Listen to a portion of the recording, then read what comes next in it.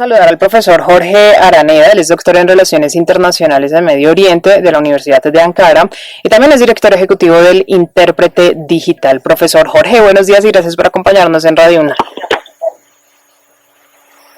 Profesor Jorge, ¿nos escucha bien?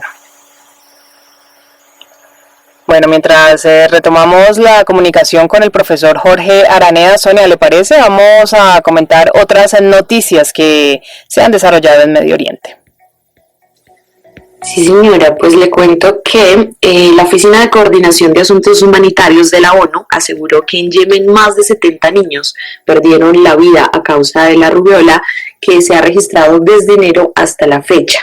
También cerca de 5.000 palestinos se encuentran actualmente detenidos en cárceles israelíes, de los cuales más de 1.000 de ellos no tienen cargos ni juicio, informaron pues este lunes algunas fuentes palestinas justamente con ocasión del Día del Prisionero Palestino. En otras informaciones, militares rusos detienen en Siria a un líder del Estado Islámico que planeaba atentados en Moscú y Novosibirsk.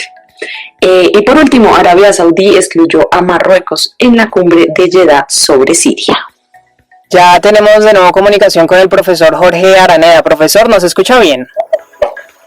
Sin ningún problema. Hola, muy buenos días. Profesor, pues este es un tema que seguramente tiene muchas aristas.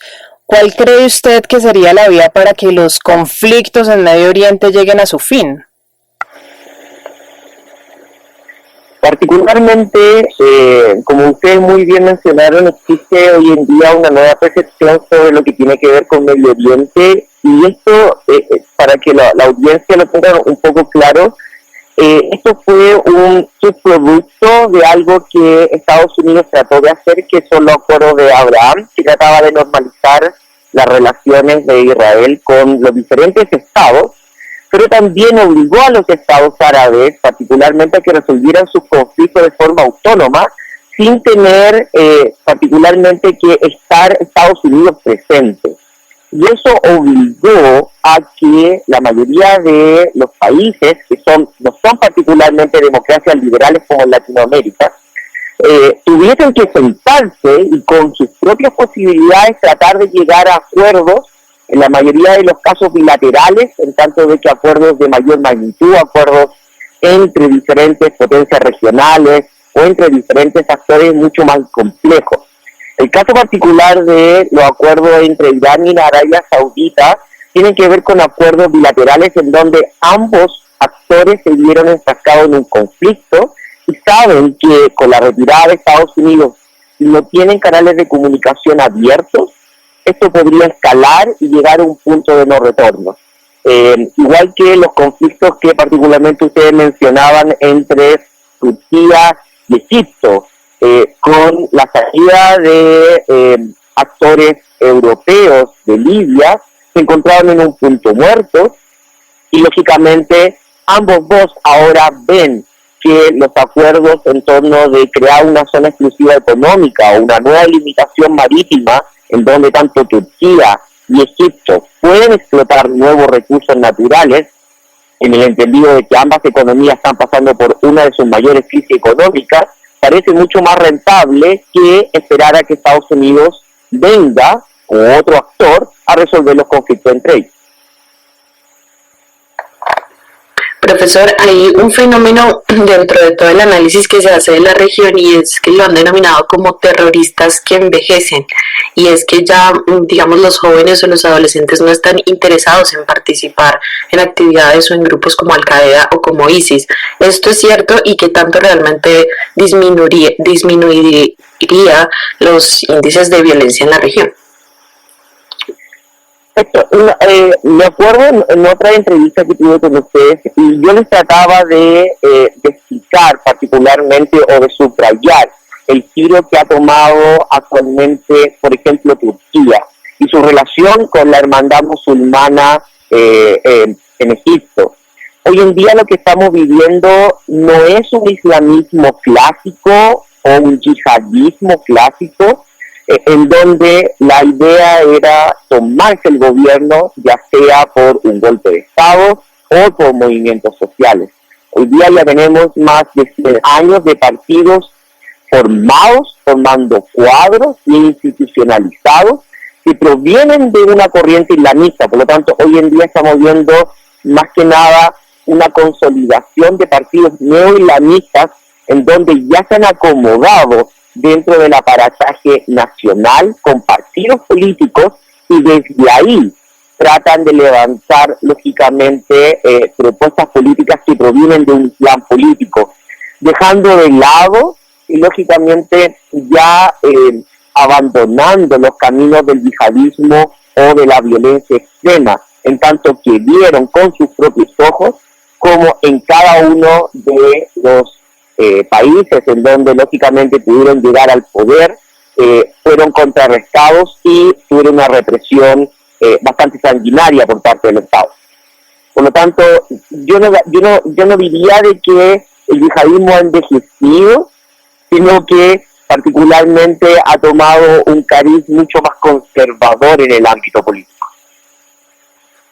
Entendiendo esto, profesor, desde esta mirada política, regreso a lo que es la parte económica. Y decía usted ya, pues, digamos que se habla de una autonomía, de que los países de Medio Oriente podrían trabajar en sus procesos de paz. ¿Qué papel ocuparían ahí Cisjordania y Gaza, por ejemplo?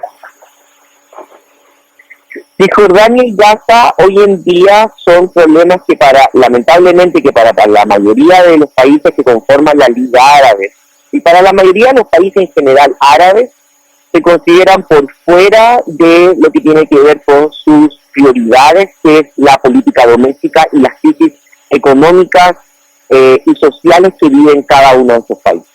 Lógicamente, como es un tema delicado, todos y cada uno de los países de la región, desde el Golfo hasta Marruecos, tiene una mirada muy particular en torno a observar el conflicto de palestinos e israelíes, lo que pasa en la Franja de Gaza o incluso el accionar de Hezbollah en el Líbano y en otras partes.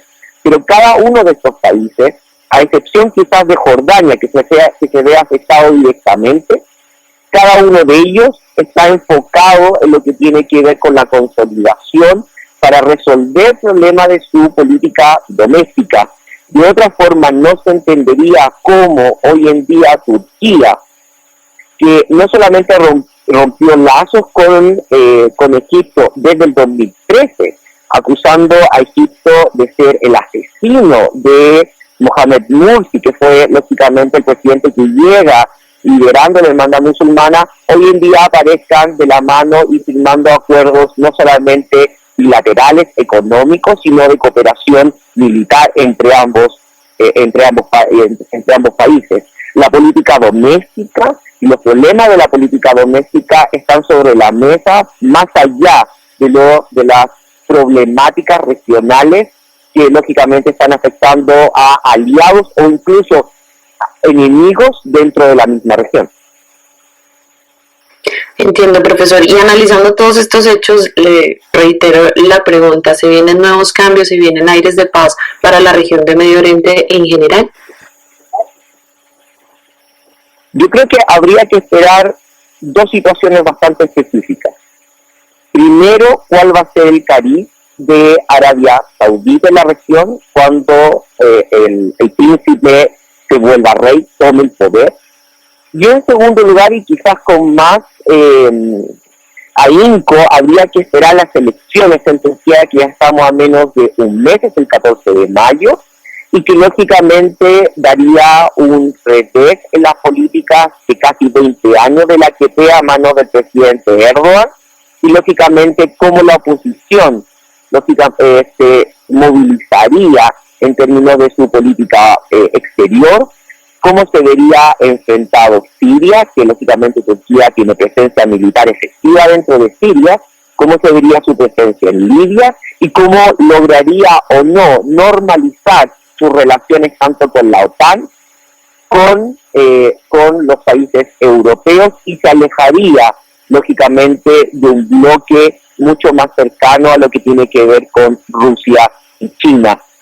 Si esperamos después de las elecciones qué cariz toma, yo creo que veríamos un Medio Oriente mucho más estable en términos de conflictos interestatales, o sea, entre dos países. eso no equivale a decir de que las políticas domésticas y los movimientos, las protestas nacionales de estos países no vayan a desencadenar en otro tipo de conflictos, como es el caso de lo que estamos viendo esta semana en Sudán, por ejemplo, que no tiene absolutamente nada que ver con una disputa geopolítica, sino que tiene que ver con un conflicto interno, después de, lógicamente, el golpe de Estado de hace un año.